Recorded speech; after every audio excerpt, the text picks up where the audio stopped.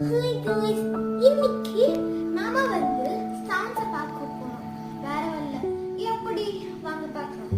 என்கிட்ட ஒரு டம்ளர் இருக்கு. சரியா? நான் தான் அரிசி போடுறேன். இந்த பலூன் கவர் பண்ணிட்டு இதனால நான் இந்த அரிசி போடுறேன். ஓகே, இப்போ இத வச்சு நான் இன்னும் அரிசி போடுறேன்.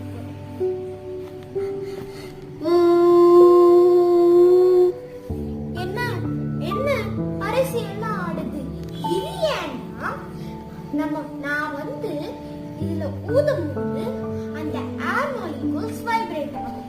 வைப்ரேட் ஆகி இந்த அரிசியை தொடங்கும்போது அரிசி வைப்ரேட் ஆகுது. Bye, see you.